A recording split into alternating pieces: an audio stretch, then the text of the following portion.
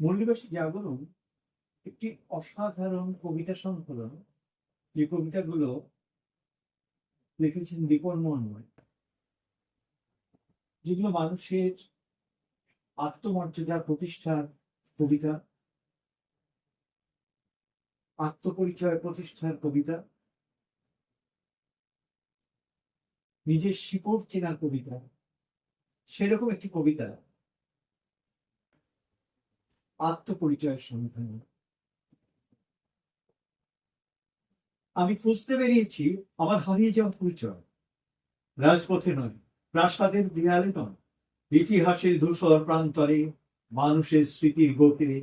আমি খুঁজেছি মাটির গন্ধে, ধান ক্ষেতের সবুজে, নদীর কলতানি, লোক গানের সুরে। কোথায় আমার পূর্বপুরুষের নাম, যারা প্রথম লাঙল ধরেছিল, যারা প্রথম অরণ্যকে বসতিতে রূপ দিয়েছিল, যারা প্রথম নদীকে পথ বানিয়েছিল?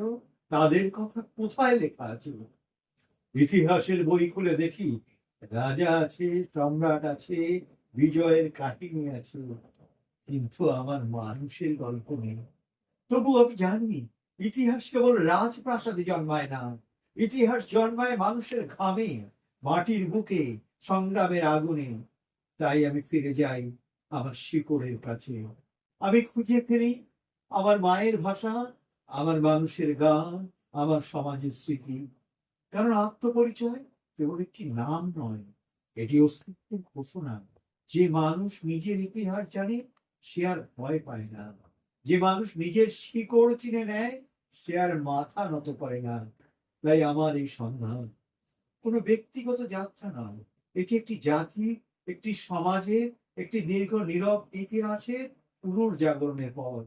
আমি খুঁজে চলেছি নিজেকে, আমার মানুষকে, আমার ইতিহাসকে। আর সেই খোঁজার মধ্যেই জন্ম নিচ্ছে নতুন এক ধন্যবাদ।